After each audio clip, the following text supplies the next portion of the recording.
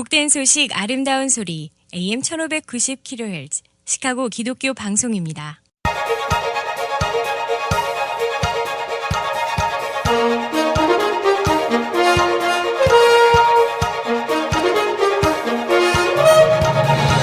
김정일 해설위원의 시사 해설. 세상을 넓게 봅니다. 삶의 지평이 넓어집니다.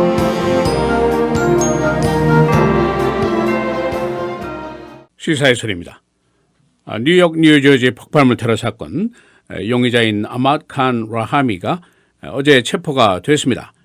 그러나 이 사건에 대한 의문은 아직도 무성하게 남아 있습니다.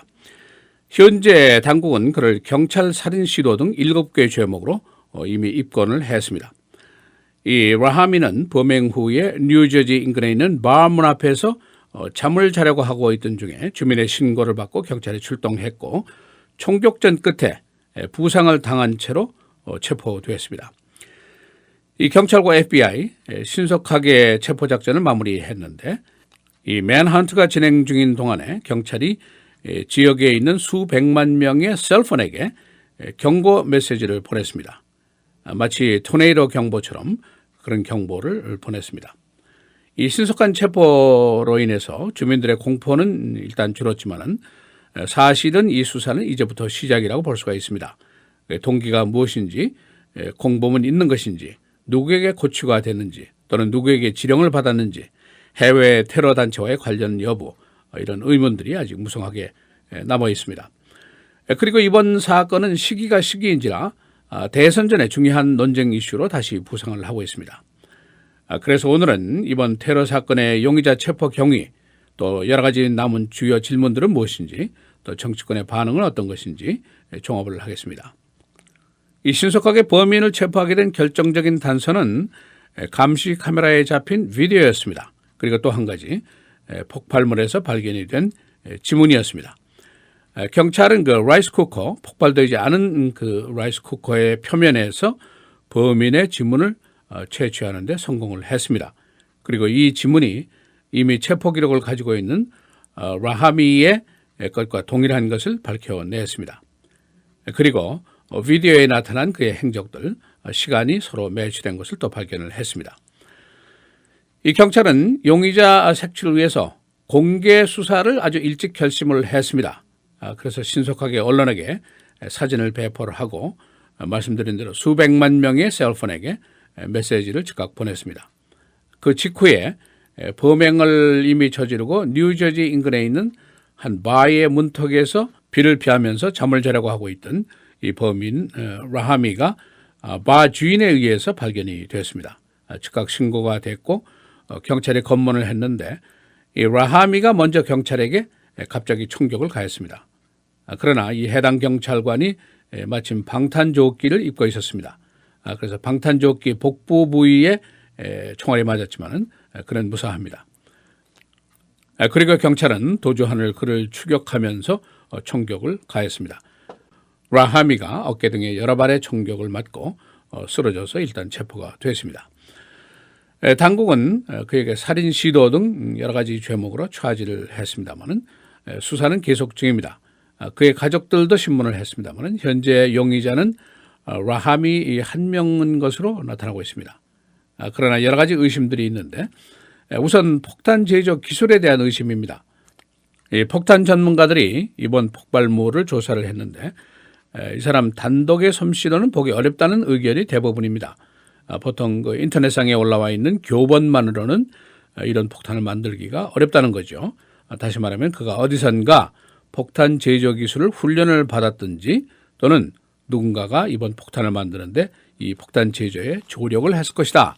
그런 의심을 받고 있습니다. 이 밖에도 여러 가지 의문들이 있는데 의문과 답변을 간략하게 요약해 보겠습니다. 첫째로 아마드 칸 라하미는 과연 누구인가? 그는 아프가니스탄 출생인 미국 귀화 시민입니다. 뉴저지에 있는 엘리자베스라는 타운에 살고 있는데 그의 가족이 경영하는 프라이 치킨 레스토랑 위층에 거주를 하고 있습니다. 그는 대학에서 범죄학을 공부했습니다만 중퇴를 했고 그의 가족들과 그 자신이 여러 번 아프가니스탄 또는 파키스탄을 방문한 것으로 나와 있습니다. 아마 라하미는 파키스탄에서 1년여를 거주한 적도 있는 것으로 알려지고 있습니다. 그가 언제부터인지 귀국한 이후에 그의 태도가 많이 달라졌다는 주위의 평을 받고 있습니다. 그가 갑자기 수염을 기르기 시작했고 근엄한 태도를 가지기 시작했고 극렬주의의 영향을 받은 것처럼 행동을 했습니다. 범행 동기가 무엇일까? 그의 이념적 또는 정치적인 태도가 거의 알려진 게 아직은 없습니다. 그가 테러기관과의 연결관계도 아직은 밝혀진 것이 없습니다. 그의 가족들이 시청 그리고 경찰 쪽과 굉장히 큰 악연을 가지고 있는 것은 밝혀졌습니다. 그 가족들이 시장, 시의회, 경찰관 20여 명을 제소를 했었습니다. 그 내용은 그 가족이 인종차별을 당했다는 그런 것이었습니다. 또 다른 질문, 공범이 있는 것인가 하는 질문입니다. 현재로서는 수사당국이 찾는 제2, 제3의 인물은 공개된 것이 없습니다. 경찰이 그의 가택을 수사했는데 FBI가 그의 가족을 비롯해서 5명을 조사를 했습니다. 이들은 브루클린에 가는 차 속에 있었던 사람들입니다. 그러나 FBI는 일요일 저녁에 이들을 모두 방면 조치했습니다. 또 한 가지, 이번 사건이 테러리즘의 행위냐 아니냐 그런 의문이 있었습니다. 뉴욕 시장인 빌 데 블라시오는 테러다라고 분명하게 얘기를 했습니다. 그러나 처음 단계에서는 시나 경찰 측에서 테러라는 단어를 사용하는데 매우 조심했습니다. 한편 거버너 앤드루 쿠오모, 만일 이번 사건과 해외 테러 조직과의 연계가 있다고 해도 나는 크게 놀라지 않을 것이다 라고 얘기를 해서 해외 연계 여부에 대해서 의심을 하고 있었습니다. 그러나 라하미가 지금까지는 수사당국의 테러리스트 워치 리스트, 소위 요주의 인물 명단에는 아직 들어가 있지 않았습니다. 이번 뉴욕 뉴저지 폭발물 테러 사건, 정치권의 뜨거운 논쟁을 이미 던지고 있습니다. 사건 직후에 클린턴과 트럼프가 충돌을 했는데 바로 다음 주로 예정된 첫 번째 토론회, 당연히 이 문제가 등장할 것으로 예견이 됩니다. 국가 안보의 문제고 테러리즘 대처에 대한 문제고 커맨더 인 치프의 자질에 대한 문제, 이런 중요한 의미를 갖고 있기 때문입니다. 현재까지 여론조사를 보면은 클린턴이 국제 문제 그리고 커맨더 인 치프의 자질 문제에 대해서는 우세한 점수를 받고 있습니다. 그러나 트럼프가 테러리즘 처리에 대해서는 또 우세한 점수를 받고 있습니다. 이 양자의 공격 내용을 아주 요약을 하면은 이런 얘기입니다. 클린턴은 트럼프가 테러리스트를 모집하고 있다, 그런 얘기를 하고 있습니다. 마치 recruit surgeon처럼, 모병 부사관처럼 너무 극렬한 단어들을 많이 써서 이들을 자극해서 오히려 테러리스트들이 늘어나게 하고 있다, 그런 얘기입니다.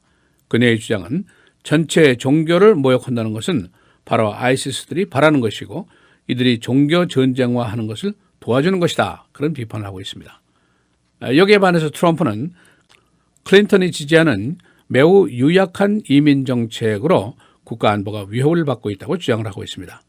해이한 이민 정책, 테러리스트 가능성이 있는 많은 사람들이 미국에 잔뜩 들어와 있게 했다는 비난을 하고 있습니다.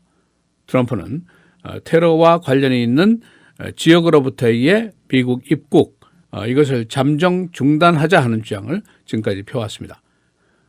그러나 프랑스라든가 독일, 영국 등 내부에 이미 테러가 있는 지역에 대해서는 어떻게 할 것인가, 여기에 대해서는 아직 명쾌한 답변을 하지를 않고 있습니다.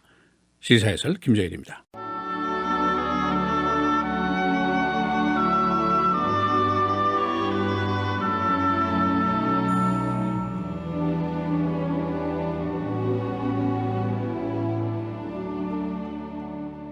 우리가 알거니와 우리의 옛사람이 예수와 함께 십자가에 못 박힌 것은 죄의 몸이 죽어 다시는 우리가 죄에게 종노릇하지 아니하려 함이니 이는 죽은 자가 죄에서 벗어나 의롭다 하심을 얻었습니다.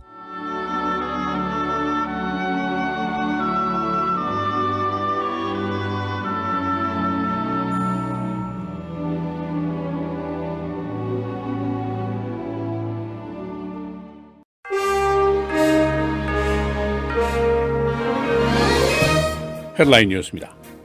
뉴욕 뉴저지 폭발물 테러 사건의 용의자인 아마드 칸 라하미가 체포돼서 살인 시도 혐의 등으로 입건이 되었습니다. 수사당국은 그의 범행 동기, 공범 존재 여부, 해외 테러 단체와의 연계 여부 등을 계속 수사하고 있습니다. 클린턴과 트럼프가 어제 테러 사건과 관련해서 국가 안보 정책에 대해서 논쟁을 벌였습니다. 클린턴은 트럼프의 무분별한 발언으로 테러를 자극하고 있다고 비난했습니다. 한편 트럼프는 클린턴의 유약한 이민 정책으로 국가 안보가 위협을 받고 있다고 반론을 제기했습니다. 유엔이 시리아 난민에 대한 지원 사업을 중단했습니다. 유엔의 지원단이 시리아 측의 공격을 받았기 때문입니다. 시리아 내 잠정적인 휴전은 이미 끝났고 양측의 교전이 다시 시작됐습니다. 오바마 대통령은 오늘 유엔에서 그의 임기 중에 마지막 연설을 하게 됩니다. 그는 오늘 난민에 대한 지원 사업 강화, 이들의 정착지 마련 등을 제안하게 됩니다. 현재 중동 지역 등에는 6,500만 명의 난민이 존재하고 있습니다. 정부는 셀프-드라이빙 카 개발 지원을 하기로 했습니다. 교통당국은 이 자체 운전 자동차 개발에 감독권을 전제로 하고 있습니다. 세계 자동차 업계가 동일한 차량의 개발 경쟁에 들어가 있습니다. 조지 H.W. 부시 전 대통령이 클린턴에게 투표를 할 것이라고 언론들이 보도했습니다. 폴리티코, 가디언지 등은 부시 측의 페이스북 메시지를 근거로 해서 이와 같이 보도했습니다. 부시는 금년 92살입니다. 베어스의 어제 졸전이 큰 혹평을 받고 있습니다. 이글스와의 대전 29대 14의 패배입니다. 베어스의 쿼터백 제이 카들러를 비롯해서 5명이 부상을 입었습니다. 금년 시즌 전적 무승 2패. 어제부터 이미 경기장에는 빈자리가 눈에 띄게 늘어나고 있습니다. 시카고 경찰은 용의자와 대치 시의 제압 훈련을 다시 받게 됩니다. 이는 경찰에 잦은 비무장 용의자에 대한 사살 사건 때문입니다. 경찰은 이 훈련을 개혁안의 하나로 꼽고 있습니다. 스포츠 윌슨의 본부가 시카고로 오게 됩니다. 윌슨은 시카고 다운타운의 프루덴셜 플라자로 이전하게 됩니다. 이 이전으로 400명의 고용 효과가 생기게 됩니다. 이번 주 수요일, 목요일 다시 더위가 잠시 돌아오게 됩니다. 오늘, 내일 계속해서 맑고 흐리고 오늘의 최고 82도, 수요일은 88도입니다. 목요일 대체로 흐리고 88도, 금요일 맑고 흐리고 85도, 토요일 맑고 78도입니다.